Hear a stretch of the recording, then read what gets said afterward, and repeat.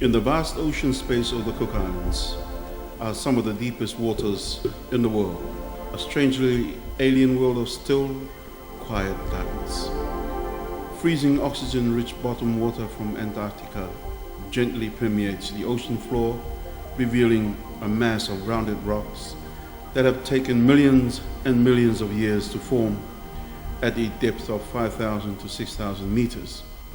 The distance, say, between Avarua and Takitumu School in Matawera on our island of Rarotonga, stretching over a great distance mostly between the islands of Aitutaki and Penryn of the Cook Islands. These rocks are full of deep-sea minerals and are called manganese nodules. The minerals they contain are valuable as land mineral resources become more difficult to find and extract with increasing negative environmental and social impact. These Cook Islands nodules are so dense that it is possibly the largest concentration of nodules anywhere on Earth and worth trillions of dollars if they can be sustainably harvested. For the Cook Islands, a cluster of 15 islands in the heart of the Polynesian Triangle in the wide South Pacific Ocean, the new deep-sea mineral resource brings the promise to the nation of future employment, new revenue, and enhanced economic security. Cook Islanders have a special connection and respect for the ocean and its bounty, our Moana Nui or Kiva. We now see ourselves as not a remote, small island nation, but as a large ocean state connected by the ocean. Endowed with beautiful lush greenery, white sandy beaches, pristine lagoons and oceans, the islands lend themselves to tourism, which is increasing and not without its challenges and negative impacts. And since the 1990s, tourism has grown to contribute a large 70% of GDP from this one single source. Other economic sectors, such as agriculture, pearl and fisheries, are only small contributors to the economy by comparison. So for a small island nation that is dependent on tourism, the new deep-sea mineral sector offers an opportunity to diversify our economy, to add this new secondary source of alternative national revenue that could provide an economic safety net in the event that our tourism industry is affected by unforeseen circumstances. It has been the intent of consecutive governments of the Cook Islands to tap into this resource, with the momentum picking up over the last decade.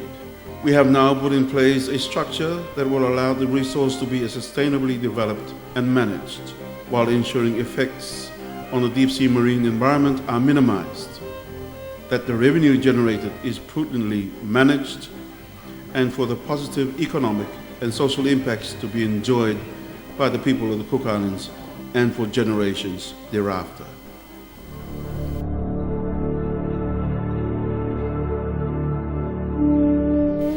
Russian and US research ships scouring the Pacific Ocean in the 1970s were the first to report the occurrence of deep-sea mineral resources in and around the islands of the Cook Islands, known as manganese nodules.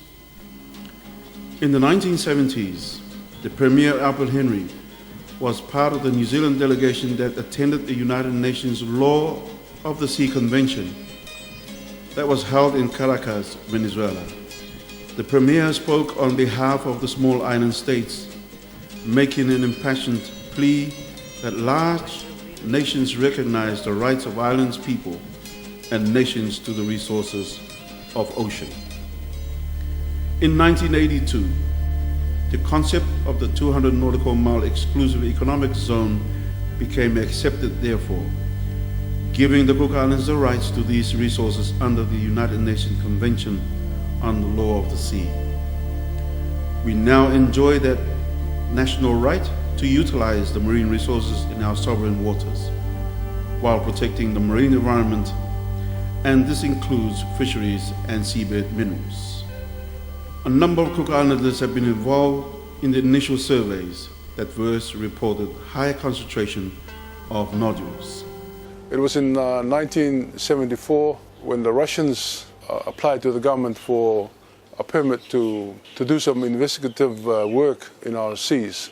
And under the guardian, the leadership of a scientist called Professor Bizrukov, on the vessel, oceanographic research vessel, the Vitias, in 1974, when they were given the permit, I was assigned by our Prime Minister at the time, the late Sir Albert Henry, to be the Cook Islands attachment to the program.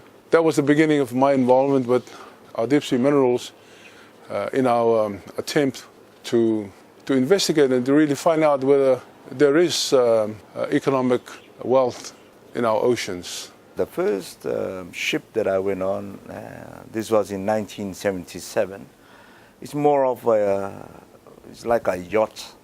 There were 5 of us from the Cook Islands that went on this boat. The name of the boat is the Matthias. The main reason is to look at the black corals within the southern Cook Islands. For that research, we found there were a couple of those manganese nodules that were seen around the Ngaputuru area, closer to Aitutaki. Then it was recorded during that time by Tony Utanga, because he was the one that put me on that boat with a couple of other Cook Islanders like Edwin Utanga, Ngatama, Taumia, and Tony himself. We were on that boat. Various other research vessels sponsored by other countries also conducted their own research trips confirming the presence of nodules in various places from the southwest of Rarotonga, close by Suwaro, past Aitutaki and up through to Penryn. However, the most comprehensive geological surveys were conducted by Japan in partnership with SOPAC. In a survey across the Pacific from the North Pacific to Tahiti and back, the survey vessel Hakurei Maru made several research voyages in our waters, concentrating on the deep seabed between Aitutaki and Penryn, and reported the presence of nodules. In 1995, the Pacific Regional Geoscience Body SOPAC, with the cooperation of Japan, began a 21-year survey of the South Pacific Ocean, which provided a better indication of what quantities of the deep sea minerals existed in various areas of the Cook Islands EEZ and what their mineral composition was. Stuart Kingan, he was a government scientist of the day. He built a very substantial research area by where the government now stores its archive files. When I arrived here, I could never find that, and I figured out eventually from talking to people in the area that in the 2005 hurricane season you had here, the building basically got trashed by the hurricanes, the roof got blown off, and eventually the building caught fire, and all that vast amount of information was picked up and taken to the dump. Fortunately, SOPAC had most of the information stored on their files in Fiji. So we managed to pull that information back to Cook Islands, and it was an incredible amount of information. We managed to get a company in New Zealand who did a very, very good job of digitising all the information of the samples, of the locations, depths, and put it into a GIS database, which we now have. Over 1 million square kilometers, or over 50% of the Cook Islands EEZ, has been surveyed up to 2005. This information has been collated onto maps that help the country understand the extent of this resource. With this map, shows the concentrations of nodules within the Cook Islands EEZ. The blue areas have no or low amounts of nodules. The yellow areas have nodules densities of 10 kilograms per square meter. The orange areas have nodule densities of 20 kilograms per square meter. And the red areas have densities of an amazing 30 kilograms per square meter and above, some of the highest densities in the world. The areas colored yellow, orange, and red are also areas where the water is extremely deep and in the order of 5,000 meters. The main concentration of nodules is in the South Penryn Basin, which occupies an area of 1,500 kilometers between the islands of Aitutaki and Penryn, and 250 kilometers wide. There is an estimated 10 billion tons of nodules sitting on the deep ocean floor in this vast area. This is 2 times the abundance of any other nodule resource in the world. Manganese nodules are found in many places, but there are only 4 areas in the world that have significant nodule resources. And this is in part of the ocean between Mexico and Hawaii, called the Clarion-Clipperton Fracture Zone, the Peru Basin, the Central Indian Ocean, and the South Penryn Basin. Apart from the South Penryn Basin, the other 3 locations are in international waters and governed by the International Seabed Authority. A nodule takes millions of years to form. Most of the nodules in the Cook Islands waters are estimated at 30 million years old. They range from 2 to 8 centimeters in diameter.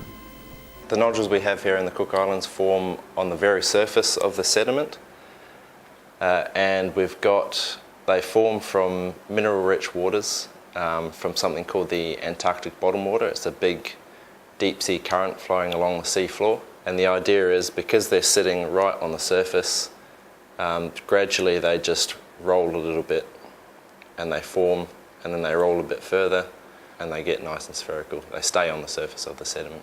In the centre of our nodules, something called a nucleus or a nucleating point. They'll commonly be a bit of fish tooth, a bit of fish bone, maybe a little piece of sediment, a little sand or silt grain. There are some differences in the manganese nodules of the Cook Islands to nodules in other areas. Our nodules sit on top of the seabed as opposed to being buried in the sediment.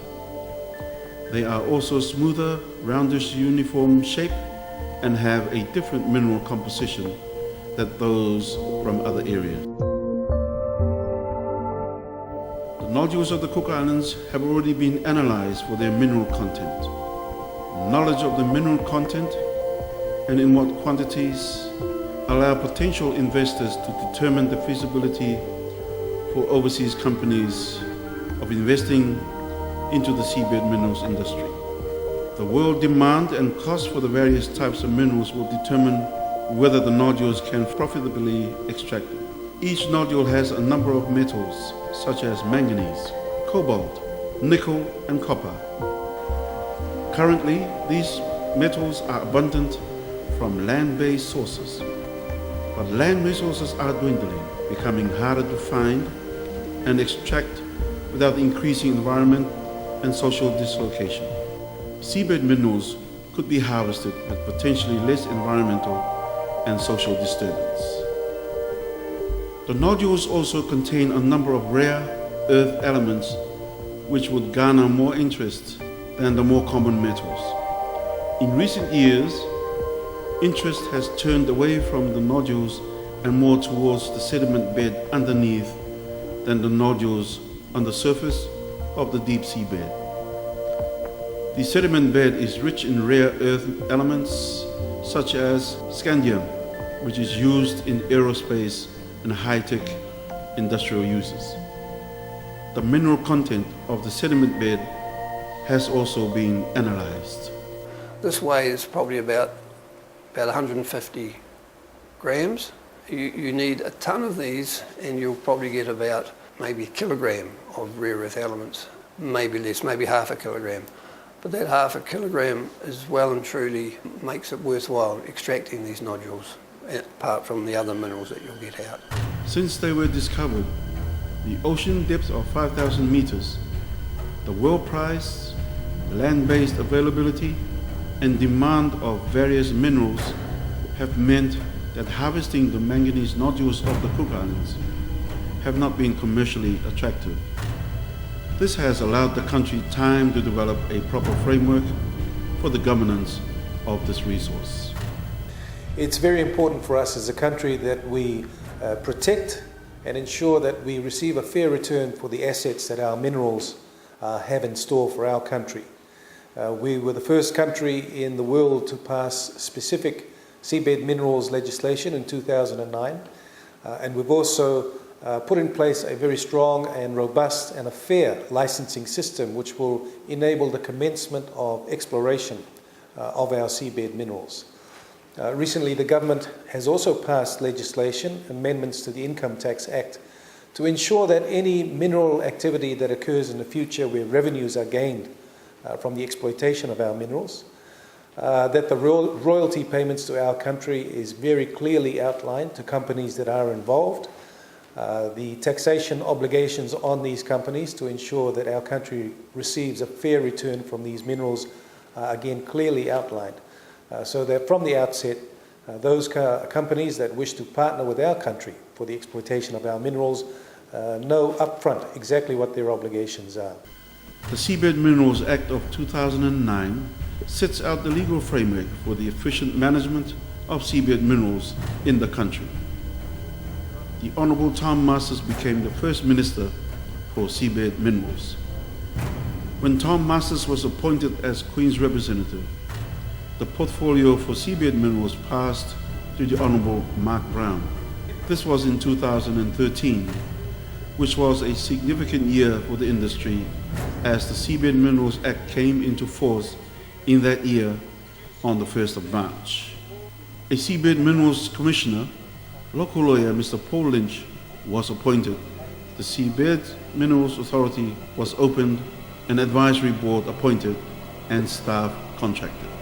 Much work has been done since then to build up the capacities and local staff of the authority. The Seabed Minerals Authority is the government office that has the role of implementing the Seabed Minerals Act, and that act is about the sustainable and good management of seabed minerals resources in the Cook Islands. It's actually the first act in the world that ever dealt with seabed minerals, a dedicated legislation, national legislation, to deal with the good management of seabed minerals in an EEZ. So we made history by having that in 2009, and now we've made history by, in 2013, establishing world's first dedicated seabed minerals government authority for the management of national seabed minerals resources. So the framework of this office is you have the Commissioner. We also have a legal division, which our first lawyer was Alex Herman. She's from the big Herman family from Mitiaro. And Caroline Tita is our Finance and Compliance Officer. We've also had Daryl Thorburn, and Daryl was brought in to help us as a developing nation set up this regulatory framework for the management of seabed minerals in the Cook Islands. We've also had Marino Witchman employed now. He's a young Cook Islander GIS officer. GIS is Geographical Information Systems. So he will be, he's already very experienced, even for a young man, at managing our data, because there's going to be a lot of data coming out of our sea on the environment and the minerals, and we have to manage, control, and be able to use and understand that data so that we can make good decisions for the benefit of our own country. We've just had Tom Whiddon, who's related to the Toka family from Rakahanga. He's been on a 4-month marine geology internship, and he's been great. So the idea is to bring in Cook Islanders to learn and assist the Seabed Minerals Authority take the necessary steps to manage this exciting new frontier sector of our economy. 2015 was also another significant year for the industry. In that year, the exploration licensing regulations were passed, and the first tender for exploratory licenses was undertaken. In 2016, the Cook Islands government signed a contract with the International Seabed Authority for the exclusive mineral rights to 75,000 square kilometers within the Clarion-Clipperton Fracture Zone. This is an area of international waters between Mexico and Hawaii. The International Seabed Authority has given the 150,000 square kilometers rights of the Clarion-Clipperton Zone to various countries who had applied for them. but with the understanding that they were to return parts of their quota that will then be given to developing countries. The Cook Islands contract areas are highlighted on this map. Several countries of the Pacific have been fortunate to receive a contract in the zone. In a related joint venture agreement signed with GTEC, Sea Minerals Resources of Belgium, GSR, this company can undertake the exploration work for the Cook Islands and one day exploit the minerals for the mutual benefit of the company and the Cook Islands. The Cook Islands deep sea mineral resource is vast and valuable. It is hoped that one day it will make a significant positive impact on the economic and social well-being of our nation. So we have the challenge to be good stewards of our ocean and its resources and biodiversity, and ensure that in the future decisions that we make will improve the lives of the people while continuing to protect our culture and marine environment for generations to come.